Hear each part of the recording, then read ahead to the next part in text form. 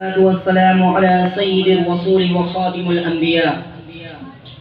أما بعد فأعوذ بالله من الشيطان الرجيم. بسم الله الرحمن الرحيم. والضحى والليل إذا سجى. صدق الله العظيم. میرے انتہائی واجب القدر صدر محفل علماء مشائخ اساتذہ اکرام سامعین ذوقات السلام علیکم ورحمۃ اللہ وبرکاتہ. آج مجھے جس موضوع پر لفظ کرنے کا موقع ملا ہے اس کا موضوع ہے عظمت مصطفیٰ. سامعین ذوقات، جس چیز پہ خدائی لم یزل کی خدائی ہے اس چیز پہ محمد مصطفیٰ کا مصطفیٰ ہے. سارا قرآن بھی شان و عظمت مصطفیٰ کا اظہار ہے. شان عظمت مصطفیٰ تب بھی تھی جب لوگ نتا عالم، جب لوگ نتا قلم، عرب نتا عجم، جنت تھی نہ جہنم، آتش تھی نہ گلزار، زمین تھی نہ زماں. پہلے خدا تھا پھر محمد مصطفیٰ صلی اللہ علیہ وسلم تھا. سارا قرآن بھی شان و عظمت مصطفیٰ کا اظہار ہے. میرے آقا کے مبارک چہرے سے پردہ اٹھا وضحیٰ کہہ کر خدا نے عظمت مصطفیٰ بتا دی. میرے آقا کی زلف عنبر کی واللیل اذا سجى کہہ کر خدا نے عظمت مصطفیٰ بتا دی. میرے آقا کے مبارک منہ سے بات نکلی وما ينطق عن الهوى کہہ کر خدا نے عظمت مصطفیٰ بتا دی. میرے آقا کی زلف عنبر کی واللیل اذا سجى کہہ کر خدا نے عظمت مصطفیٰ بتا دی. میرے آقا کے مبارک سینے کی بات آئی صدر کہہ کر خدا نے عظمت مصطفیٰ بتا دی. میرے آقا نے تم کر یافہ کی وما رمیت اذ رمیت ولکن اللہ رمی کہہ کر خدا نے عظمت مصطفیٰ بتا دی. میرے آقا سیر کو نکلے سبحان الذی اسری بعبدہ کہہ کر خدا نے عظمت مصطفیٰ بتا دی. میرے آقا کے عطا کی بات آئی انا اعطیناک الکوثر کہہ کر خدا نے عظمت مصطفیٰ بتا دی.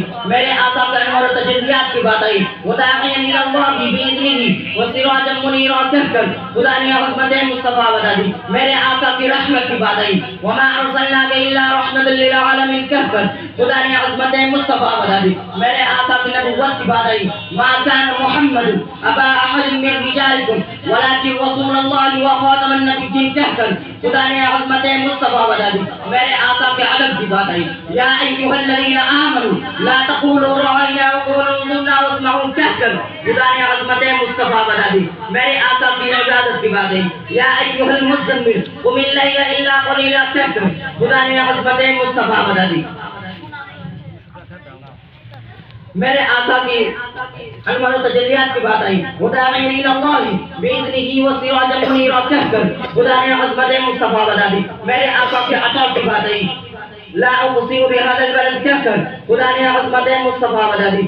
میرے آقا کی ذکر بلندی کی بات آئی ورفعنا لك ذکرک کہہ کر خدا نے عظمت مصطفیٰ بتا دی. میرے آقا کی درود و سلام پڑھنے کی بات آئی ان اللہ وملائکتہ یصلون علی النبی کہہ کر خدا نے عظمت مصطفیٰ بتا دی. کس نام سے شروع کر سارا قرآن اللہ اپنے محبوب کی عظمت بیان فرماتا ہے. کئی فرماتے یا ایھا المزمل، کئی فرماتے یا ایھا المدثر، کئی فرماتے یا یاسین، کئی فرماتے طٰہٰ. ان الفاظ و ساتھ کے ساتھ اللہ نے اپنے محبوب کو پکار دیا. یوں تو سارے نبی محترم ہے مگر سرور انبیاء تیری کیا بات ہے. ارے سرور انبیاء کی کیا ہی شان ہے. کہیں میرے آقا حضرت جابر رضی اللہ تعالی عنہ کے گھر میں دعوت میں گیا. ایک چھوٹی سے ہنڈیا سے ایک حضرت صحابہ کھانا کھانے دے ہیں. حضرت جابر رضی اللہ تعالی عنہ کے حضرت ابو ہریرہ کے دودھ کے پیالے کو 70 صحابہ کو ملا جاتے ہیں. بادل جن پر سایہ کرتا ہے، درخت جن پر جھک کر سلام کرتا ہے، قرآن جس کے سینے کو اترتا ہے. میرے نبی خاتم النبیین ہے. میرے نبی کا نام فرش پر جنت کی طرف پتہ محلات پر میرے نبی دعا ہے جن پر ایمان لانے کا دعویٰ اللہ نے اپنے نبیوں سے لیا. میرے نبی شفیع البشر نور القمر ہیں. میرے پیارے دوستوں، ایسے عظمت و شان والے نبی کے سنت پر عمل کرنا چاہیے. اس بات پر میں تقریر ختم کرنا چاہتا ہوں. آخر دعوانا الحمدللہ رب العالمین والصلاة والسلام على رسوله الكريم أما بعد فأعوذ بالله من الشيطان الرجيم. بسم الله الرحمن الرحيم. قل إن الموت الذي تفرون منه فإنه ملاقيكم ثم تردون إلى عالم الغيب والشهادة فينبئكم بما كنتم تعملون. فقال النبي صلى الله عليه وسلم قیام مرکز چلتا ہے قیامے مرگ سے اے دل کیوں تیرا دم نکلتا ہے مسافر روز جاتے ہیں یہ رستہ یوں ہی چلتا ہے مومن کبھی ہوتا نہیں موت سے خائف ایمان کا جوہر ہے بس اللہ سے ڈرنا عمل سے زندگی پر غافلوں کا فخر کرنا یہ جینا کوئی جینا نہیں جن کے ساتھ مرنا ہے جگہ جی لگانے کی دنیا نہیں ہے یہ عبرت کی چاہے تماشا نہیں ہے ایک دن مرنا ہے آخر موت ہے کل جو کرنا ہے آخر موت ہے برادران اسلام و محترم حاضرین موت ہر جاندار کے لیے کتنا بھیانک اور کیسا خطرناک لفظ ہے موت سے شخص بھاگتا ہے بچہ ہو یا جوان بوڑھا ہو یا بوڑھی مرد ہو یا عورت جھوپڑیوں میں رہنے والا ہو یا کوٹھیوں میں دیہاتوں کا رہنے والا ہو یا شہروں کا مسافر ہو یا مقیم موت کے اس طرز کو کوئی پینا گوارا نہیں کرتا موت کی آواز کو کوئی سننا نہیں چاہتا مگر اس کے باوجود موت ہر ایک کے پاس آتی ہے کبھی ماں کے گود میں آتی ہے اور ماں کی آرزو کو کاٹ ملا کر رکھ دیتی ہے کبھی یہ بھرپور جوانی میں آتی ہے فرض اتنا ہے کہ آج ان کی کل ہماری باری ہے اسی کو اللہ رب العزت نے قرآن کریم میں اس طرح بیان فرمایا قل ان الموت الذي تفرون منه فانه ملاقيكم اے نبی فرما دیجئے جس موت سے تم فرار کرتے ہو وہ تمہیں کہیں ضرور ملے گی اور تم اس مالک کی طرف لوٹنا ہے جو تمہارے ظاہر و باطن اندر اور بہروں کا علم رکھتا اور تمہیں کل قیامت کے دن جس میں اولین آخرین جمع ہوں گے اور نفسی نفسی کا عالم ہوگا تمہارے اعمال سے تنباہ کرے گا اگر تم نے خدا اس کے رسول کی اطاعت وہ فرما برداری میں زندگی گزاری تو نامۂ اعمال تمہارے دائیں ہاتھ میں دیا جائے گا اور فرشتوں سے کہا جائے گا اسے لے جاؤ اور جنت میں داخل کر دو اور یہ پیغام سنا دو کہ اب کبھی بھی تمہیں موت نہیں آئے گی اور اگر تم نے خدا اس کے رسول کے قانون کو توڑ کر مخلوق خدا کو تکلیف دینے میں زندگی گزاری اور تم نے حلال کو حلال حرام کو حرام نہیں سمجھا تھا رشوت اور سود سے اپنے جیب کو بھرا تھا یتیم اور بیواؤں کی طلب پر ڈاکہ زنی کی تھی تو کل قیامت کے دن ناکامی کا جھنڈا پیچھے کے طرف سے بائیں ہاتھ میں پکڑا دیا جائے گا اور فرشتوں سے کہا جائے گا اس کم وقت کو لے جاؤ اور جہنم میں ان کا منہ ڈال دو اللہ تبارک و تعالی ہمیں اور آپ کو ان باتوں پر عمل کرنے کی توفیق عطا فرمائے آمین وآخر دعوانا الحمدللہ رب العالمین ورحمۃ اللہ وبرکاتہ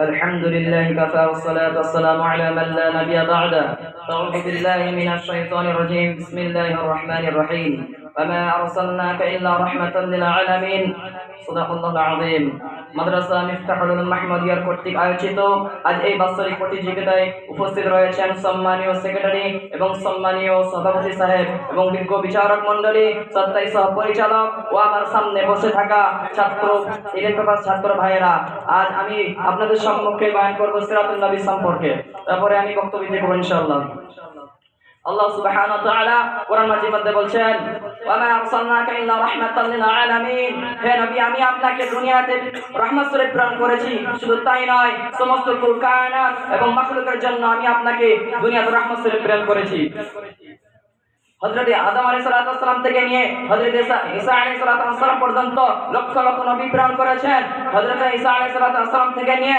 570 সাল পর্যন্ত যখন কোনো দিনের দাওয়াত ছিল না যখন কোনো নবীদের আগমন ছিল না তখন তাদের সামনে নেমে এসেছিল এক অন্ধকারের ছায়া যে যুগটা ছিল আইমাই জাহিলিয়াতের যুগ যে যুগে মানুষেরা মানে পিতামাতারা তাদের সন্তানদেরকে মাটিতে পুঁতে রাখতো এই যুগের মাধ্যমে আমার আপনার নবী সাইয়্যিদুল মুরসালিন খাতামুন নবিয়্যিন রাহমাতুল লিল আলামিন কে আল্লাহ সুবহানাহু ওয়া তাআলা দুনিয়াতে প্রেরণ করেন সুবহানাল্লাহ তিনি যখন দুনিয়াতে জন্মগ্রহণ করেন এমন কোনো বস্তু নেই তাদেরকে জানিয়ে দেওয়া হয় নাই যেমন এক বাসায় প্রাণী মানুষের বাসায় আগমনের সুসংবাদ শুনেছে দীর্ঘ থেকে আওয়াজ এসেছে মূর্তি প্রজারা প্রাণীর মধ্যে আগমনের সুসংবাদ শুনেছে তিনি তখন দুনিয়াতে জন্মগ্রহণ করেন এবং সেই দিনটা ছিল সোমবার দিন সবে সালাতের সময় আরদম 12 রবিউল মাস তিনি যখন জন্মগ্রহণ করেন তিনি এতিম হয়ে জন্মগ্রহণ করেন যদি কেউ কষ্ট বলতে পারে এক এতিম বলতে পারে এতিম ছাড়া কেউ কষ্ট বলতে পারে না তিনি যখন জন্মগ্রহণ করেন তার একটাই উদ্দেশ্য যে মানুষদের কাছে দিনকে পৌঁছে দেওয়া তার এটাই শেষ কষ্ট ছিল না তিনার বয়স যখন 40 বছর হয়, তিনি যখন নবুয়ত পান, তিনি আল্লাহর হুকুমে দিনের দাওয়াত দিতে শুরু করলেন। আর তিনি যখন দিনের দাওয়াত দিতে শুরু করলেন, কাফের মুশরিকেরা আমার নবীর পেছনে তাওফের সন্তানদেরকে লেলিয়ে দিল এবং বলল, হে তাওফের সন্তানরা, তোমরা যাও যাও ওই মানুষটার পেছনে মানুষটাকে ঢিল মেরে মেরে রক্তাক্ত করে দাও। যখন তাওফের সন্তানরা নবীজিকে ঢিল মেরে মেরে রক্তাক্ত করে দিল, নবীজি আমার মাটিতে পড়ে গেলেন। এটাই তার শেষ কষ্ট ছিল না। এই দিনকে টিকিয়ে রাখার জন্য, এই দিনকে বাঁচিয়ে রাখার জন্য আমার নবী, আপনার নবী সাইয়্যিদুল মুরসালিন খাতামুন নবিয়্যিন রাহমাতুল লিল আলামিন উহুদের ময়দানে যুদ্ধ করেন। কাফের মুশরিকরা যুদ্ধ করতে করতে কাফের মুশরিকরা আমার নবীর দাঁত মুবারককে শহীদ করে দিলেন। এইটাই তার শেষ কষ্ট ছিল না। তিনি কি করেছেন? আমাদের এত মুজাহিদা করে আমাদের এই দিনকে টিকে রেখেছেন। আজ সেই দিন বিজ্ঞ মানুষরা টিকে রেখেছেন। সমাজে দেখা যায় ইসলাম নাস্তিকেরা আমাদের এই দিনকে মিটিয়ে দেওয়ার জন্য, গুড়িয়ে দেওয়ার জন্য, ভেঙে দেওয়ার জন্য কত পরামর্শ করে। তারা ভাবে মুসলমান ঘুমিয়ে আছে, তারা ভুল ভাবছে মুসলমান ঘুমিয়ে নাই। মুসলমান সিংহের জাতি, মুসলমানের ইতিহাস রক্ত দিয়া ইতিহাস, মুসলমানের ইতিহাস রক্ত দিয়ে দিনকে টিকিয়ে রাখার ইতিহাস। মুসলমানরা শুধু হুঙ্কার দিতে জানে না, তারা শুধু বলে মুসলমান হুঙ্কার দেয়। মুসলমান হুঙ্কার দিতে জানে না, মুসলমানরা জিহাদও করতে জানে। আর মুসলমানরা যদি জিহাদ করে, তোমাদের মতো ইসলাম নাস্তিকরা এই বাংলার জমিন থেকে পালাতে পারবে না। সুবহানাল্লাহ। তাই আমার বলার উদ্দেশ্য একটাই, যতক্ষণ পর্যন্ত তার জবান থেকে শিক্ষা, ততক্ষণ পর্যন্ত তার জবান থেকে শিক্ষা গ্রহণ না করতে পারবে, ততক্ষণ পর্যন্ত তুমি খাঁটি মুমিন হতে পারবে না। তাই এসো নবীজির জবানি পড়ে, যদি নবীজির মতো আদর্শবান হয়, তবে আমরা মানে প্রকৃত মুমিন হতে পারবো, তবে আমরা নবীর প্রেমিক হতে পারবো, তবে আমরা আশীর্বাদ হতে পারবো। এই বলে আমার বক্তব্য দিয়ে করছি। ওয়া আখিরু দাওয়াহুম আলহামদুলিল্লাহি রাব্বিল আলামিন। আসসালামু আলাইকুম ওয়া রাহমাতুল্লাহ। যেদিন সিংহায় ফু দেওয়া হবে, তোমার দলে দলে ছুটবে হাসরের মাঠের দিকে। রাসূলুল্লাহ সাল্লাল্লাহু আলাইহি ওয়াসাল্লাম এর নিকট এই আয়াতের ব্যাখ্যা জানতে চেয়েছিল।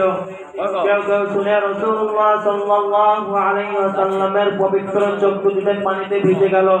ফোঁটা ফোঁটা পানি ঝরছে চোখ থেকে। সেই পবিত্র পানিতে ভিজে গেছে তার কাপড়। তারপর নিজেকে সামনে নিয়ে রাসূলুল্লাহ সাল্লাল্লাহু আলাইহি ওয়াসাল্লাম বললেন, তুমি আমাকে একটি গুরুত্বপূর্ণ বিষয় প্রশ্ন করেছো। জেনে রেখো, হাসরের দিন আমার উম্মতের মধ্যে 12টি জামাত হবে। প্রথম জামাতটি হবে বাদরের আকৃতি উঠবে, তাদের চেহারা হবে বাদরের মতো।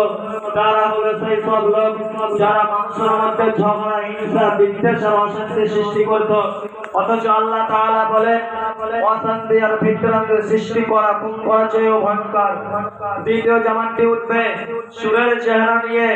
এরা হারাম খেয়েছিল, সুদ, ঘুষ, চুরি ইত্যাদি জঘন্য পাপের মাধ্যমে রোজগার করত।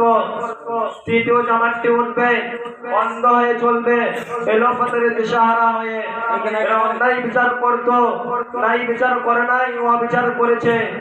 আল্লাহ তাআলা বলেন, তোমরা যখন বিচার কাজ করো, তখন দুজনের মাঝে ন্যায় ও সত্য সিদ্ধান্ত নাও। চতুর্থ নম্বর দলটি উঠবে বোবা আর বধির হয়ে। এরা হচ্ছে অহংকারী ও ধার্মিক মানুষ। 5 নম্বর দলটি উঠবে তাদের মুখ দিয়ে পুঁজ বের হতে থাকবে, গড়ে গড়ে তা পড়বে। এরা নিজেদের জিহ্বা দাঁত দিয়ে কামড়াবে। এরা হলো সেই সব আলেম যাদের কথা ও কাজে মিল ছিল না। 6 নম্বর দলটি উঠবে যাদের শরীরে আগুনের দাগ দিয়া থাকবে। এরা মিথ্যা সাক্ষ্য দিত। 7 নম্বর দলটি উঠবে যাদের কপালের সাথে মাথার চুল বাঁধা অবস্থায় থাকবে। এদের শরীরে ভয়ানক দুর্গন্ধ হবে, যা মরা পচা দুর্গন্ধের চেয়েও ভয়ঙ্কর হবে। 8 নম্বর দলটি উঠবে মাতাল অবস্থায় নেশাখোরদের মতো। এরা দলতে থাকবে। তারা হলো সেই সব লোক যারা আল্লাহর হক রুখে দিত বা আল্লাহর পথে বাধা হয়ে দাঁড়াতো। 9 নম্বর দলটি উঠবে আল কাতরার পোশাক পরে। এরা গীবত করত চকল করে আর অপরের দোষ খুঁজে বেড়াতো। 10 নম্বর দলটি উঠবে যাদের ঘাড় দিয়ে জিভ বের করে দেওয়া হয়েছে। এরাও গীবত করত, আরেকজনের কথা আরেকজনের কাছে গিয়ে বলতো। 11 নম্বর দলটি উঠবে মাতাল অবস্থায় মসজিদে বসে এরা দুনিয়াবি কথা বলতো। আল্লাহ তাআলা বলে, মসজিদ আমার ঘর, এখানে আর কেউ দেখো না। 12 নম্বর দলটি উঠবে কঙ্কালসার বস্ত্রহীন দেহ নিয়ে। এরা কোরআনকে দুনিয়ার কাজে ব্যবহার করত। আমরা সকলে এই সমস্ত কাজকে মেনে চলার চেষ্টা করব। সকলে বলি ইনশাআল্লাহ। আল্লাহ পাক আমাদেরকে কবুল করুন। ওয়া আখিরু দাওয়ানা আলহামদুলিল্লাহি রাব্বিল আলামিন। আসসালামু আলাইকুম।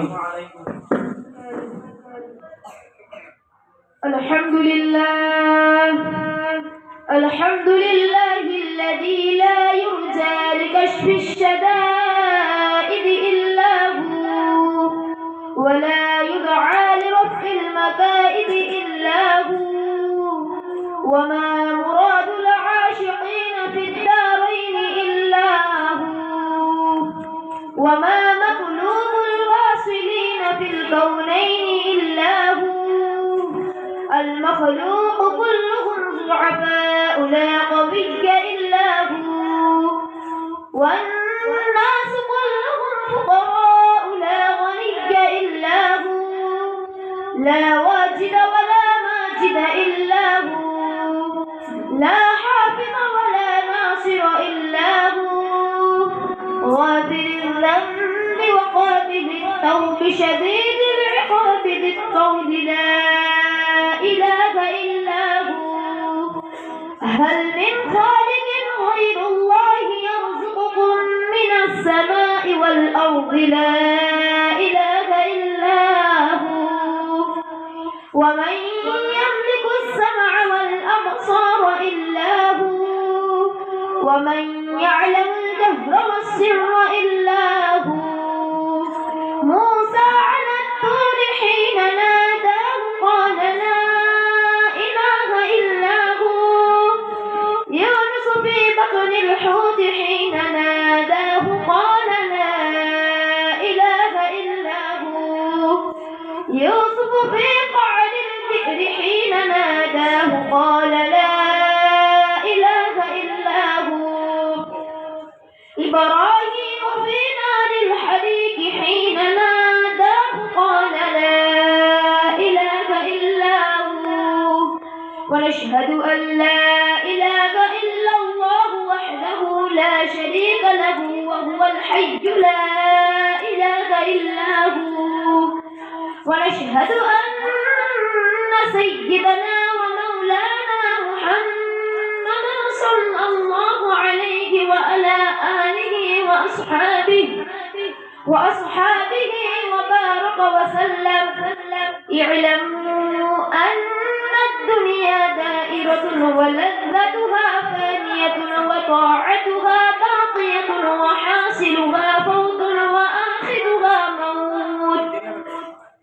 إخواني بطن ضعيف وسفر طويل وزاد قليل وبحر عميق والنار حريق والصراط دقيق والميزان عديل والقيامة قريب والحاكم رب جليل والمنادي جبريل وتقول الجنة وعدي ويقول النار عهدي ويقول الكعبة زواري ويقول آدم صفي الله يوم القيامة يا رب نفسي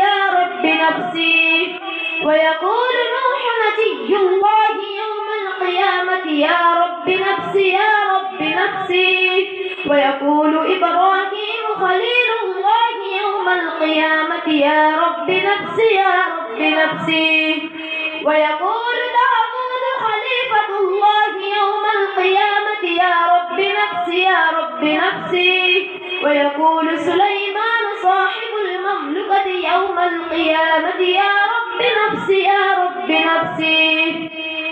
ويقول يوسف صديق الله يوم القيامة يا رب نفسي ويقول موسى كليم الله يوم القيامة يا رب نفسي ويقول عيسى روح الله يوم القيامة يا رب نفسي ويقول رسولنا ونبينا سيدنا محمد صلى الله عليه وسلم محمد صلى الله عليه وسلم يوم القيامة يا رب أمتي يا رب أمتي ويقول الجليل الجبار جل جلاله عما نواله حبيبي حبيبي يا عباد لا خوف عليكم اليوم ولا أنتم تحزنون بارك الله لنا ولكم في القرآن العظيم ونفعنا وإياكم بالآيات والذكر الحكيم إنه تعالى جواد كريم ملك بر رؤوف رحيم السلام عليكم ورحمة الله وبركاته আব্দুর রাজ্জাক বীরভূম আব্দুর রাজ্জাকের আব্বা জি যার আপনার ছেলের মাথায় হাত দেন এরপরে ইকবাল শেখ বর্ধমান এই কোনটা ইকবাল শেখ এ দেখেন বেনাকরেরই ছেলে খুব অল্প বয়সে হাফেজ হয়েছে বেনাকরের এই ছেলেটির নাম ইকবাল শেখ বেনাকর বাড়ি ওনার গার্জেনকে থাকলে আসেন নুরানি কায়দা একদম শুরু থেকে শেষ পর্যন্ত হোম প্রোডাক্ট মাশাআল্লাহ ইকবাল শেখ বেনাকর বাড়ি আচ্ছা ইকবালের নানা জান আলহামদুলিল্লাহ জি জালাল উদ্দিন আনসারি ইউপি উত্তরপ্রদেশ থেকে আপনার বেনাকরে ছাত্র পড়তে এসছে ইউপি